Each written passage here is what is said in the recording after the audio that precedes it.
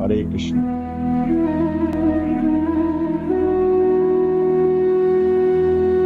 अध्याय 2 के श्लोक क्रमांक 61 में भगवान समझा रहे हैं, तानि सर्वाणि संयम्य युक्त आसीन मत्परः वशे ही यस्येन्द्रियाणि तस्य प्रज्ञा प्रतिष्ठिता। तानि, उन संपूर्ण इंद्रियों को वश में करके समाहित चित्त हुआ मेरे परायण होकर ध्यान में बैठे, क्योंकि जिस पुरुष की इंद्रियां वश में होती हैं उसी की बुद्धि स्थिर हो जाती है। भगवान कह रहे हैं कि यहाँ आपकी इंद्रियां यदि वश में हो गई तो उसकी बुद्धि स्थिर हो जाती है। तो आजकल बड़ा कॉन्सेप्ट है स्टेबल माइंड, तो उसकी क्लासेस हो रही है कि कूल माइंड क्या होता है, स्टेबल माइंड क्या होता है, और उसमें समझाया जाता है कि कूल माइंड होने के लिए ऐसे ऐसे करो। तो आप ये बात लोगों को समझ आ रही है कि कूल माइंड कुछ होता है और उसके लिए प्रयास कर रहे हैं। और आप देखना, वर्कशॉप अटेंड कर लेना, सब के सब ये बताएंगे कि कूल माइंड पाने के लिए ब्रीथ गहरी लो, सांस गहरी लो, सांस पे ध्यान रखो। मतलब जो ध्यान के फार्मूले हैं वो लोग भी अपना रहे हैं जो कहते हैं धन धन कुछ नहीं होता, जो सब बकवास है। और धीरे धीरे एक समय आएगा जब वो लोग कहेंगे कि भैया भगवान का नाम लो, ये सबसे अच्छा तरीका है ध्यान करने का, इससे अच्छा कोई तरीका नहीं है। क्यों? क्योंकि इंद्रियों को वश में करना आपके वश की बात होती तो आप अब तक कर चुके होते। यदि आपके वश का बात होती कि आप मन को स्थिर कर सकते हो, इंद्रियों को स्थिर कर सकते हो, तो आप कर चुके होते हो। जब तक इंद्रियां स्थिर नहीं होंगी, मन चलायमान होगा, बुद्धि स्थिर नहीं होगी, बुद्धि स्थिर नहीं होगी, शांति नहीं होगी, तो प्रज्ञा स्थिर कहां से होगी? बड़ा गूढ़ सवाल है। क्योंकि आप यदि मन को स्थिर कर सकते तो आप कैसे कर लेते? और यदि साइकोलॉजिकली सीखो तो मन जो होता है उसमें जो मैं का भाव होता है, जैसे मैं कह रहा हूं कि मेरा मन, तो मैं का भाव ही मन का हिस्सा है। और आप जो है मन है, मान लीजिए कि ये मान लीजिए कि ये देखिए, ये दोनों जो बातें हैं, ये है मैं, और ये जो है ये है इंद्रियां, ये एक इंद्री, ये दो इंद्री, ये सब इंद्रियां, ठीक है। तो क्या होता है, ये इंद्रियां, अब ये जो मैं है, ये मैं भी एक इंद्रिय ही है, ये पार्ट है इसका, इससे बाहर नहीं है। मैं यदि इसको कंट्रोल करना चाहूं तो कैसे कर सकता हूं? ये मुझे लगेगा कि मैं इसको कंट्रोल कर रहा हूं, मैं इसको कंट्रोल नहीं कर सकता।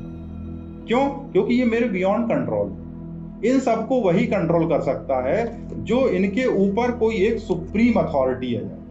मतलब ये जो तीन चीजें हैं, इन तीन चीजों के ऊपर यदि कोई एक सुप्रीम अथॉरिटी आ जाए तभी वो इन तीन चीजों को ऑटोमेटिकली कंट्रोल करती है। और वास्तव में ये तीनों चीजें, चाहे ये मैं है, चाहे ये इंद्रियां हैं, ये सब जो इंद्रियां हैं, ये सब पार्ट हैं जो मन बुद्धि अहंकार है, इनको कोई और ही कंट्रोल कर रहा है।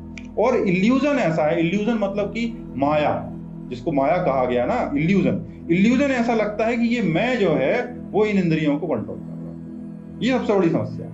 और जिस दिन आपको समझ में आ जाता है कि ये मैं इनको कंट्रोल कर ही नहीं सकता, तो ये मैं गिरने लगता है, मैं गिरने लगता तो ये कंट्रोल में आएगा। तो क्या कहते हैं कि भगवान कृष्ण की सेवा करो, कृष्ण को याद करो, कृष्ण को याद करो, नाम जप करो, काम जप करो, ध्यान करो। क्या होता है? आप कृष्ण के करीब जाते हो। कृष्ण के करीब जाने से क्या होता है? ये मैं गिरने लगता है। मैं गिरने लगता है तो क्या हो जाता है? ये इंद्रियां कंट्रोल में आ जाती। ये बाई प्रोडक्ट। आप सोच रहे हो कि मुझे कंट्रोल करना है, तो ये मैं बढ़ गया। अब मैं क्या करेगा? इसको थोड़ा सा कंट्रोल करेगा, फिर ये फोर्स मारेगी, ये फिर गिर जाएगा। तो आपका जो मन होता है बार बार बार बार बार बार गिर जाता है। और आप सोचते हो कि यार मैंने डाइट पे कंट्रोल किया, हो ही नहीं रहा, एक्सरसाइज पे कंट्रोल किया, हो ही नहीं रहा, मैंने अपनी वाइफ पे कंट्रोल किया, हो ही नहीं रहा, बच्चों पे कंट्रोल किया, हो ही नहीं रहा, बॉस पे कंट्रोल किया, हो ही नहीं रहा, अपने ऑफिस पे कंट्रोल किया, हो। भैया होगा कहां से? भाई आपके जीवन के जो केंद्रीय तत्व है वो है सेवा तत्व। आप अपने विभाग का काम अच्छे सेवा से करो, धीरे धीरे आपके विभाग के लोग आपके कंट्रोल में आ जाए। अब आप सोच रहे हैं मैं इनको कंट्रोल करके सेवा कराऊंगा, नहीं आएंगे। आप सेवा करने लगो, वो अपने आप कंट्रोल में। अपने घर में जाओ, अपने बच्चों का ध्यान रखो, अपने घर के कार्य करो, सेवा करो, अपने आप पत्नी कंट्रोल में आ जाएगी, अपने आप बच्चे कंट्रोल में आ जाएंगे। सेवा तत्व। वही चीज भगवान में है कि भगवान की भी सेवा करो। भगवान की सेवा करी तो क्या हुआ? इंद्रियां कंट्रोल में आ गई, मन कंट्रोल में आ गया, क्रोध कंट्रोल में आ गया, लोभ कंट्रोल में। और आप सोच रहे नहीं मुझे लोभ नहीं करना, मुझे लोभ नहीं करना, ये भी मैं है। अब मैं लोभ नहीं करता, ये भी अहंकार। तो आप ये इस गेम में फंस जाते हैं और इस गेम से निकलना संभव नहीं है। इस गेम पे निकलना बिल्कुल संभव नहीं है। केवल गुरु कृपा, भगवत कृपा से ही आप इस गेम को केवल समझ सकते हो। और जैसे ही आप समझ जाते हो या आपके सामने ये रिवील होता है, ये ऑटोमेटिकली नियंत्रण में आने लगता है। कोई सोचे कि मैं आज से अहंकार नहीं करूंगा, ये कैसे कह सकते हो? जो ये कह रहा है कि मैं आज से अहंकार नहीं करूंगा, वो खुद ही एक अहंकार है। जो कह रहा है कि मैं आज से लोभ नहीं करूंगा, ये खुद ही लोभ है, क्योंकि आपके पास सारी चीजें हैं, आप कह रहे हो मैं लोभ नहीं करूंगा, ये भी लोभ है। जो चीज आप सोच रहे हो कि आप सोच रहे हो कि अब मैं कोई कामना नहीं करूंगा, ये खुद ही एक कामना है। तो ये जो विस्तार है मन का, ये इतना असीमित विस्तार है कि इसको कुछ किया ही नहीं जा सकता। इसलिए बड़े बड़े लोग हुए, उन्होंने कहा कि हे भगवान तुम्हारी जय हो। क्यों कहा? क्योंकि उन्हें सरेंडर कर दिया, हे प्रभु, हे दीनानाथ, हे गोविंद, तुम ही सब कुछ। क्यों? क्योंकि उनको पता चल गया कि भगवान के सामने चरण पे अपने आप को झुका लेने से धीरे धीरे ये अपने आप कंट्रोल हो जाती है। सरल तरीका। कल मैं निसर्गदत्त महाराज की बुक पढ़ रहा था, तो हु एम आई, तो उसमें क्या लिखा हुआ है कि यार उनके उनसे जो पूछ रहे थे, बोले ये भक्ति के बारे में आप क्या कहते हैं? बोले बिल्कुल सरल तरीका है, लेकिन बोले मैं भक्त नहीं हूँ, मैं जो है मैं तो सेल्फ इंक्वायरी के द्वारा यहाँ पर। लेकिन वो खुद ये मान रहे हैं निसर्गदत्त महाराज कि भक्ति सरल तरीका है, लेकिन भक्ति कठिन किस लिए है? क्योंकि अहंकार कहता है कि मैं कर लूंगा, मैं फिर कर लूंगा, तो फिर करो हठ योग, करो योगासन, करो प्राणायाम। नहीं, तो आपके कठोर कर्मों से तो आपका अहंकार और पुष्ट हो जाता है। लेकिन भक्ति, जिसको हम सोच रहे हैं कि ये भक्ति है कि कोई जाके कहीं माला जपने लगा, भक्ति है। भक्ति का मतलब होता है सरेंडर, सरेंडर का मतलब होता है अहंकारहीनता। तो जिसके भीतर निरहंकार हो गया, भक्ति का उदय हो गया।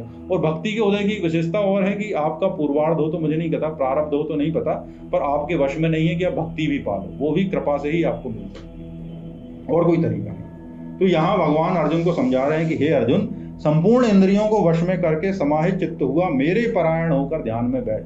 मतलब मेरे परायण, मतलब अपने आपको प्रोटेक्शन दे रहे हैं भगवान कह रहे हैं कि तू मेरे परायण हो, तू मेरा आदमी बन। जैसा विधायक बोलता है ना अपने पार्षदों से, आसपास के लोगों से, तो मेरा आदमी बन जाओ, बिल्कुल मत डर, और अपने एरिया में काम कर। तो क्या होता है, सब एरिया कंट्रोल में आ जाता है, ये विधायक जी का आदमी, मंत्री जी का आदमी। तो वो पहले कॉन्फिडेंस देता है ना। हम बोलते हैं यार ये बहुत उड़ रहा है, तो लोग बोलते हैं अरे इसके ऊपर उनका ना हाथ। क्यों? क्योंकि कहीं से पावर मिल रही, तभी आदमी जो है ऊपर उठ रहा। तो ऐसे ही भगवान की शरण में होता है। भगवान क्या कह रहे हैं? भगवान ये खुद कह रहे हैं, संयम्य युक्तः मत्परः आसीत्, समाहित चित्त होकर मेरे परायण होकर ध्यान में बैठ। अकेले ध्यान में बैठने से नहीं होगा, भगवान की शरण में आकर ध्यान में बैठ, ऐसा भगवान कह रहे हैं। और ऐसा करने के बाद क्या कह रहे हैं? ही यस्य इंद्रियाणि वशे तस्य प्रज्ञा प्रतिष्ठिता। क्योंकि जिस पुरुष की इंद्रियां वश में हैं, उसी की बुद्धि स्थिर हो जाती है। आप चाहते हो स्टेबल माइंड बनूं, कूल माइंडेड बनूं, लेकिन क्या होता है, आप सोचते हो कि मैं बन जाऊं, बन पाते हो? नहीं बन पाते। इसलिए नहीं बन पाते क्योंकि आप बन ही नहीं सकते, आपके वश में ही नहीं है। मैंने अभी समझाया ना कि आप मैं हो, मैं के वश में नहीं है कि सब कंट्रोल कर लें। इसलिए बोला गया कि मैं के भी पार वो तत्व है, जिस तत्व को सेल्फ रिमेम्बरिंग के द्वारा, सेल्फ एनालिसिस के द्वारा केवल जाना जा सकता है कि वो तत्व है। जैसे जैसे सेल्फ एनालिसिस करोगे, उस तत्व के लक्षण जो है रिवील्ड होते हैं। जब वो रिवील्ड होते हैं तो बाकी सब चीजें प्रकाशित हो जाती हैं। जब प्रकाशित हो जाती है तो वो कंट्रोल में है। यही बस एक सीक्रेट है। अपने जीवन में अच्छे से अच्छा करिए। सुनने के लिए बहुत बहुत धन्यवाद। हरे कृष्ण।